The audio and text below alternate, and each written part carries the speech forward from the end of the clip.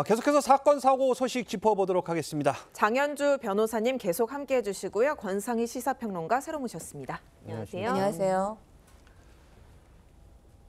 그제죠. 경기도 부천의 한 호텔에서 불이 났습니다. 이른 시간 오후 7시쯤이었는데 7명이 숨지고 12명이 다치는 큰 인명피해가 발생해서 더 충격을 줬습니다. 자, 일단 화재 원인이 에어컨 불똥으로 일단 추정이 된다고요? 네, 그렇습니다. 어제 1시간 반가량 현장 감식이 진행됐는데요. 실제로 불이 나기 전에 이 810호 투스객이 객실로 들어갔다가 이 호텔 측에 타는 냄새가 나니까 객실을 좀 바꿔달라 이렇게 요청했던 사실이 전해지고 있습니다. 예. 소방당국은 투스객이 객실로 나간 뒤에 이 에어컨에서 불똥이 떨어지면서 이것이 소파와 또 침대에 옮겨 붙으면서 불길이 확산한 것으로 추정하고 있는데요. 내부 인테리어에 이 합판 목재가 상당히 많다고 합니다. 그리고 스프링클러가 설치돼 있지 않았기 때문에 연소가 확대됐다는 게 소방당국의 설명이고요. 현재 정확한 화재 원인을 조사 중에 있습니다. 그리고 사망한 7명에 대해서도 지금 부검 결과가 나왔는데요. 일단 국가수 1차 소견을 보면 2명은 추락사로 알려져 있고요. 5명은 일산화탄소 중독에 의한 사망으로 전해지고 있습니다. 그렇군요. 이번 사고에서 가장 충격적인 점 바로 에어 매트리스 관련 쟁점입니다. 소방당국은 현장에 출동해서 에어매트를 설치했지만 에어매트가 제 역할을 못한 겁니다. 전문가 진단 들어보겠습니다. 이 에어매트에 관한 사용법을 교육을 시킨 적이 없습니다. 이제 어떻게 뛰어내리는지 전혀 교육이 안 돼 있었기 때문에 이 에어매트가 그렇게 생각보다 안전한 장비는 아닙니다. 그만큼 뛰어내리는 사람도 위험성을 감수하고 뛰어내리는 것이고 예. 가운데에 뛰어내려야 되는데 거의 또 쉽지 않은 모서리로 갈수록 그 충격 흡수되는 그 부분이 급격히 줄어듭니다. 예. 자, 지금 일단 한번 정리를 해보면요. 자, 일단 먼저 뛰어내린 여성이 에어매트 모서리 부분을 일단 떨어졌고 그러면서 이 에어매트가 뒤집혀졌고 몇 초 후 뛰어내린 남성은 바닥에 결국엔 추락해서 둘 다 사망했는데 자, 에어매트 모서리를 잡아주기만 했어도 이 뒤집히는 일은 없었을 것이다. 이런 지적이 있거든요. 일단 물론 아직은 단정하기는 어려울 것 같고요. 수사를 통해 진상을 좀 더 살펴봐야 되긴 하겠지만 사실상 여성이 처음에 뛰어내렸을 때 가운데가 아니라 이제 모서리 가장자리 쪽에 떨어졌다라고 합니다. 그래서 이제 매트가 뒤집힌 상황이 된 건데요. 예. 만약에 그때 가장자리로 떨어졌을 때 그 매트가 뒤집히지 않도록 뭔가 조치를 했더라면 혹시라도 또 생명을 살릴 수 있지 않았을까라는 아쉬운 마음이 드는 것은 분명해 보입니다. 그런데 중요한 것은 에어매트로 뛰어내리더라도 이렇게 사고로 이어질 수 있다라는 사실 자체에 많은 국민들이 충격을 받으셨거든요. 네. 그렇기 때문에 이 부분에 대한 진상은 수사를 통해서 철저하게 좀 밝혀져야 될 것 같습니다. 네. 에어매트가 사실 영화나 미디어에 워낙 많이 노출되기 때문에 이번 건 관련해서 정말 좀 충격받으신 분들이 참 많은 것 같은데 또 하나 문제점이 뭐냐면요. 규정에 따르면 에어매트가 사용 가능 기간이 7년이라고 합니다. 그런데 이 에어매트는 2006년 무려 18년 전에 지급받은 것으로 지금 파악이 됐다고요? 네, 그렇습니다. 지금 에어매트 논란이 굉장히 뜨거운데 이게 지금 너무 오래됐기 때문에 재기능을 못한 거 아니냐 이런 가능성도 제기되고 있는 상황입니다. 일단 소방당국에 따르면 내용 연수가 지난 이 제품들 소방서 산하에서 1, 2차 심의회의를 거친다고 해요. 그리고 3차 불용 심의회를 거쳐서 재사용할 수 있다라는 판정을 받았던 것으로 알려지고 있습니다. 네. 그래서 연장 사용했던 것으로 지금 전해지고 있는데요. 사실 에어매트가 이렇게 뒤집힌 상황, 이전 여러 가지 화재 사고에서도 본 적이 없었던 것으로 저도 기억을 합니다. 그래서 지금 현재 소방당국에서는 에어매트가 이 뒤집히게 된 원인에 대해서 파악 중인 것으로 전해지고 있습니다. 알겠습니다. 자, 이런 가운데 불이 난 8층에 묵고 있던 한 여대생은 화장실에서 샤워기를 틀고 버틴 끝에 살아남았습니다. 목소리부터 한번 들어보시죠.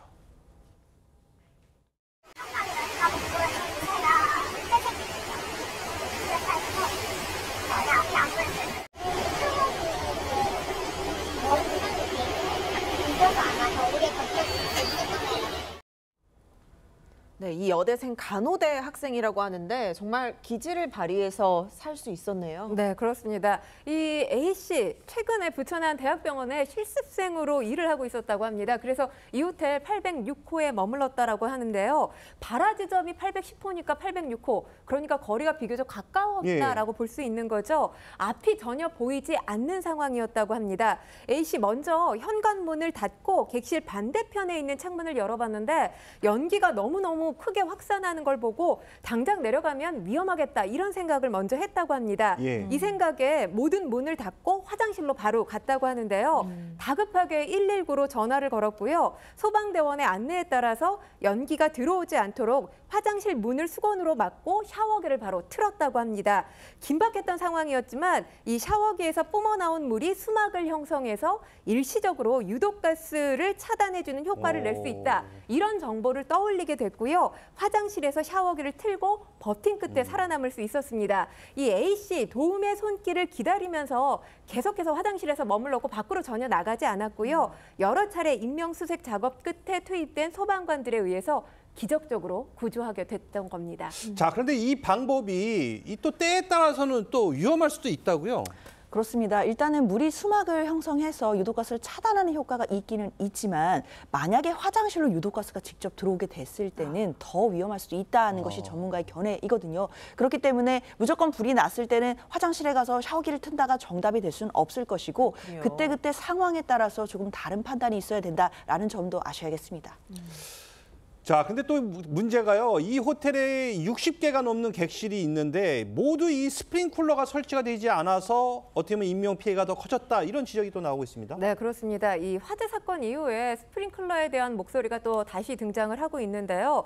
이 지금 전국적으로 2018년 이전에 10층 이하 숙박업소 건물에는 대부분 스프링클러가 설치돼 있지 않다고 합니다. 이 스프링클러 설치 기준에 따르면 호텔과 여관 등 숙박업소는 1992년 이 소방법에 따라서 지상 11층 이상 객실에만 설치를 의무화하고 있습니다. 이후에 관련법이 개정이 되면서 2018년 6층 이상의 호텔과 여관 등 이 전체 층에 설치가 의무화 적용되기는 했지만 이전에 지어진 건물에는 소급 적용되지 않은 상황인 겁니다. 그러니까 이번에 화재 사고가 났던 부천의 이 호텔 같은 경우도 2004년에 준공이 됐죠. 그러니까 벌써 20년 전입니다. 네. 2004년에 준공된 9층 건물이었기 때문에 스프링클러 의무 대상은 아니었습니다. 뭐 여기서 제가 한 가지 더 덧붙여서 말씀을 드리면 스프링클러는 설치돼 있지 않았지만 객실마다 완강기가 있었다고 해요. 그러니까 이 완강기가 어찌 보면 아까 에어매트 관련해서 저희가 말씀을 드렸지만 에어매트보다 훨씬 더 안전한 장치라고 합니다.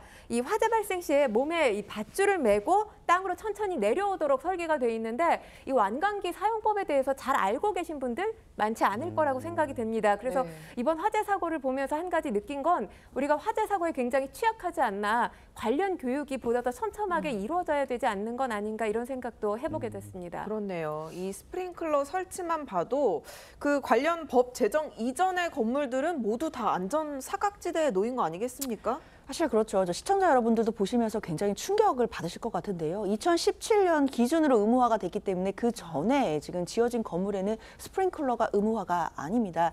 사실 그렇기 때문에 이제 정부와 국회가 나서서 이 부분에 대해서 정밀하게 실태 조사를 좀 할 필요가 있어 보이고 점검을 통해서 사실상 스프링클러가 필요한 건물에 대해서는 어떻게 조치를 할지에 대한 구체적인 대안을 좀 내놔야 될 것 같습니다. 알겠습니다. 계속해서 다음 소식도 살펴보도록 하겠습니다. 음주 상태로 전동 스쿠터를 몬 혐의를 받고 있는 BTS 멤버 슈가가 어제 경찰에 출석해 조사를 받았습니다. 출석 모습부터 보고 오시죠. 일단 굉장히 죄송합니다. 많은 팬분들과 많은 분들께 정말 큰 실망을 안겨드린 점 진심으로 반성하고 있고요. 성실히 조사에 임하고 오겠습니다. 다시 한번 죄송합니다. 정말 죄송합니다. 저의 잘못된 행동으로 많은 상처와 실망을 안겨드린 점 정말 너무나도 죄송하다는 말씀 드리고 싶고요. 너무나도 크게 반성하고 후회하고 있습니다. 다시는 이런 일 없도록 하겠습니다. 그리고 네, 들어갈 때와 나올 때 영상 같이 보셨는데요. 슈가 3시간 8분가량 경찰 조사를 받고 귀가한 것으로 지금 전해지고 있습니다. 어떤 쟁점 위주로 조사가 됐을까요? 일단 지금 이거 음주 사고가 지난 6일에 발생하지 않았습니까? 17일 만에 경찰이 출석했다는 건 조금 다소 늦은 감이 없지 않나 이런 생각이 드는데 네. 소속사뿐만 아니라 지금 휴가가 일반인인 신분이 아니잖아요. 사회복무요원 신분이다 보니까 병무청과도 일정 조율이 필요했던 것으로 보입니다. 음주운전을 하게 된 경위 그리고 음주 상태로 운전을 한 경로 또 술자리에 누구누구 함께 했었나 이 동석자 관련해서 조사가 이루어진 것으로 알려져 있고요. 그리고 사고 축소 의혹이 제기됐었죠. 전동 킥보드가 아닌 전동 스쿠터였는데 애초에 이 수가 측에서 목소리를 낸 것은 전동 킥보드였습니다. 그렇기 때문에 사고 축소 의혹을 비롯해서 이륜 자동차 사용 신고와 지금 번호판 부착 여부와 관련해서도 논란이 불거져 있는 상황입니다. 또 의무보험 가입 여부 등에 대해서도 경찰이 조사를 한 것으로 알려지고 있습니다.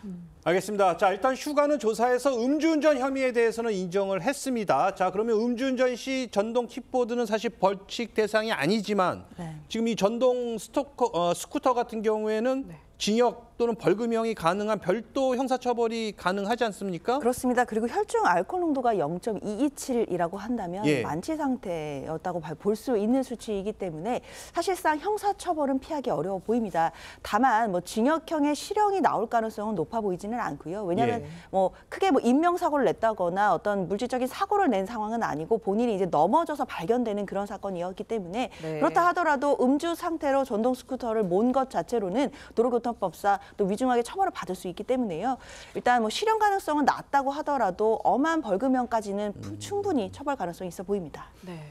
지금 추가 소환 가능성은 낮은 것으로 전해지고 있는데요. 법 적용이 그럼 어떻게 날지 결론, 지금 사고가 발생한 지 좀 시간이 흘렀잖아요. 결론 언제쯤 나는 거예요? 그래서 지금 경찰 조사 자체가 늦게 이루어졌고 아직까지 명확하게 판단이 되지 않은 것이 번호판 부착 여부 그리고 의무보험 가입 여부와 관련한 논란들 지금 최근에 논란이 제기가 됐습니다. 이 부분에 대한 조사가 어제 진행이 됐기 때문에 이와 관련해서도 지금 가중처벌 대상인 것으로 알려져 있거든요. 이 조사 여부에 따라서 법 적용 여부 판단이 날 것으로 보입니다. 자, 이 다음 주 개봉을 앞두고 벌써부터 예매 관객이 10만 명을 돌파한 영화가 있다고 합니다. 바로 임영웅 씨의 공연 실황이 담긴 영화라고 하는데 시사의 현장부터 한번 보고 오시죠.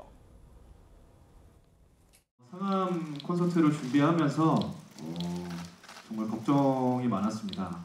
정말 스케일이 큰 무대였는데 그 스케일이 큰 무대들을 준비하는 무대 뒤에서 준비하는 그 과정들을 함께 보여드리면 더욱 여러분들께서 즐거운 감상을 하실 수 있을 것 같다라는 생각을 했고요.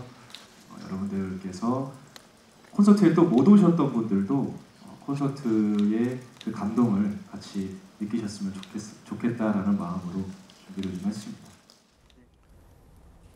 네, 예매 관객이 10만 명을 돌파하고 지금 개봉도 전에 매출이 30억 넘었고 어떤 내용이 담겼길래 그런 거예요? 지난 5월에 상암 월드컵 경기장에서 임영웅 씨가 25일, 26일 양 이틀간 공연을 펼쳤잖아요. 이때 공연이 굉장한 화제를 모았습니다. 공연 퀄리티 자체도 상당히 높았을 뿐만 아니라 여러 가지 미담이 전해지지 않았습니까? 그러니까 이번 영화에서는 그 미담, 무대 밖의 이야기까지 함께 보실 수가 있습니다. 그러니까 한마디로 장르를 표현을 해본다면 다큐멘터리 또 콘서트 영화 이렇게 말씀을 드릴 수가 있을 텐데요.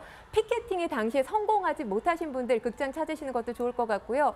그리고 팬덤들이 아마 지금 예매에 먼저 서두르신 게 아닌가라는 생각을 합니다. 팬덤들께서는 공연장에서 봤던 느낌, 그 감동을 극장에서 다시 한번 경험하실 수 있지 않나라는 생각도 해봅니다. 알겠습니다. 자, 오늘 말씀 잘 들었습니다. 권상희 평론가, 장현주 변호사와 여기서 인사 나누겠습니다. 감사합니다. 감사합니다.